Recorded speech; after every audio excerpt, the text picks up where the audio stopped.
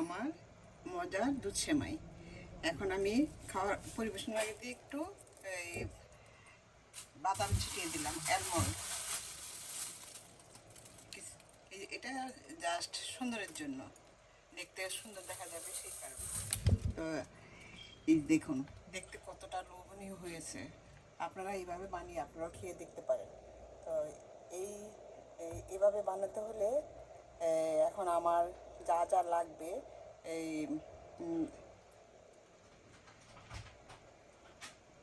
যে এভাবে আপনারা বানিয়ে একবার খেয়ে দেখবেন। তো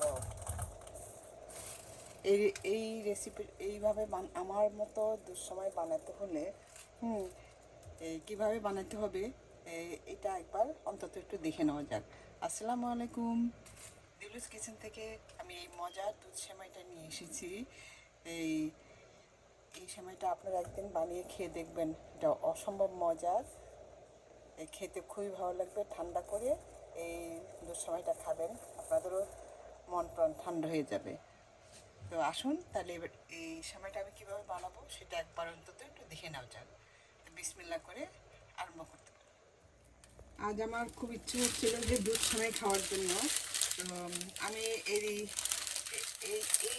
সেমাইটা দিয়ে দেখুন, আমি এই সেমাইটা দিয়ে আমি দুধ সেমাই তৈরি করবো। তো দুধ সেমাইটা আমি একটু খিসার মতো করে করবো। তো এখন আমি এখানে 1.5 কেজি দুধটাকে আমি জাল দিয়ে 1 কেজি করেছি। তো এই দুধটা ঘন করে আমি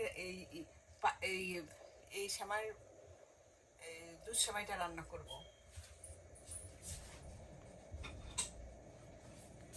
তো ভাবলাম যে আমি একা খাবো, আর আমার ফলোয়ারদের তো আমি খাওয়াতে পারছি না। তো না খাওয়াতে পারি তো কী হয়েছে, তাদের সাথে তো শেয়ার করতে পারি। শেয়ার করতে তো নিষেধ নেই। তো এবং যাদের খুব ইচ্ছে হবে ওরাও এইভাবে আমার মতো করে রান্না করে খেয়ে দেখবেন। তো এখন আমি দিয়ে দিচ্ছি কিছু গুঁড়া দুধ, আরও কিছু গুঁড়া দুধ দিয়ে দিচ্ছি। এই যে 3 টেবিল চামচ পরিমাণ আমি গুঁড়া দুধ দিয়েছি। আর এতে স্বাদটা আরও বেড়ে যাবে। আর আগের থেকে আমি দিয়েছিলাম যে কিছু 3টা এলাচ, একটা তেজপাতা আর একটা দারচিনি, এটা সুন্দর একটা ফ্লেভারের জন্য। দুধ সময় তখন আমাকে তো একটু মিষ্টি দিতেই হবে। তো আমি এখানে যেহেতু কনডেন্স মিল্ক দিব, এই যে এখানে আমি 4 টেবিল চামচ পরিমাণ আমি এই যে চিনি দিয়ে দিচ্ছি। আমি মিষ্টিটা একটু কমই দিব, কারণ এই দুধটা যখন একটু ঘন, তো মিষ্টিটা একটু কম দিলেই ভালো লাগবে। আর আপনার এই যে স্বাদটা বাড়ানোর জন্য আমি আর এই যে 2 টেবিল চামচ কনডেন্স মিল্ক দিয়ে দিচ্ছি।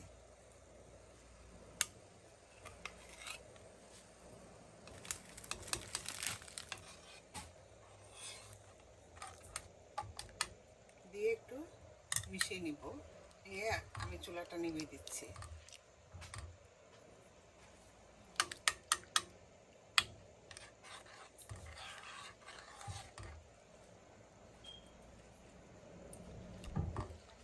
দুধটা আমার বেশ ভালো ঘন হয়ে গিয়েছে। এই যে আমার দুধটা জাল দেওয়া হয়ে গেছে ভালোভাবে। হ্যাঁ, আমার এটা রেডি। এখন আমি এটা একপাশে সরিয়ে রাখবো। আমি সেমাইটা ভাজার জন্য এখানে 1 টেবিল চামচ 1.5 টেবিল চামচ ঘি দিয়ে নিচ্ছি। কারণ ঘির মধ্যে ভাজলে এই দুধ সেমাইটা খেতে যে অসম্ভব মজা। এখন আমি কিছু এই যে বাদাম দিয়ে দিচ্ছি আর কিশমিশ দিয়ে দিচ্ছি, দিয়ে আমি একটু ভেজে নিচ্ছি।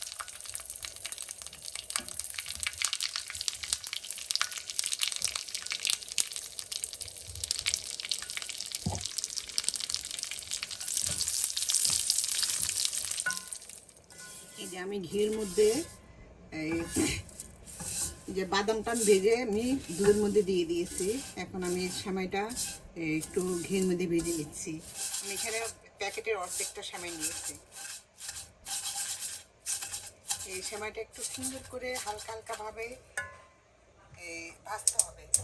আমি চুলাটা নিভিয়ে দিয়েছিলাম তো যাতে পুড়ে না যায়। এই যে মানে সুন্দর করে পুরোপুরি এটাকে ভেজে নিতে হবে।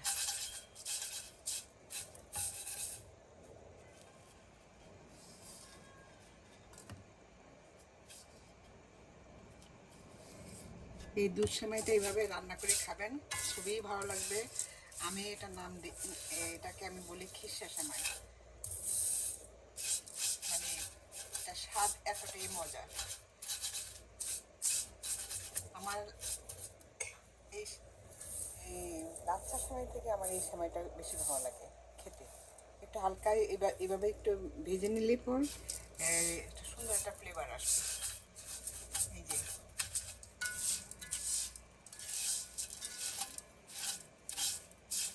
হালকা হালকাভাবে এটাকে সুন্দর করে ভেজে নিতে হবে। ভেজে তারপর আমি এটা আর জাল দিব না। দুধের মধ্যে এই গরম দুধের মধ্যে আমি সেমাইটা দিয়ে দেবো, দিয়ে ঢেকে রাখবো, তখন আস্তে সিদ্ধ হয়ে যাবে। এটার আর জাল দেওয়ার কোনো প্রয়োজন নেই। এই যে আমার ভাজাটাও প্রায় হয়ে গেছে, দেখুন একদম সমান, মানে সব সব পুরাটাই সমানভাবে ভাজা হয়েছে। একটু পুড়েও যায়নি। এই যে দেখুন আমার দুধটা, আমি আর এটাকে এই গরম দুধের মধ্যে আমি সেমাইটা দিয়ে দিব। আমি আর জাল দিব না, সেমাই দিয়ে আর জাল দিব না। এই গরম দুধের মধ্যে দিয়ে তারপর একটু ঢেকে রাখবো। এই যে দুধের মধ্যে আমি সেমাইটা দিয়ে দিয়েছি। এই যে দেখুন সেমাইটা কি সুন্দর মিশে গিয়েছে। এটা আর জাল দেওয়ার কোনো প্রয়োজন নেই। গরম দুধের মধ্যে সেমাইটা এইভাবে দিয়ে দিবেন, দিয়ে এখন আমি এটাকে একটু ঢেকে রাখবো।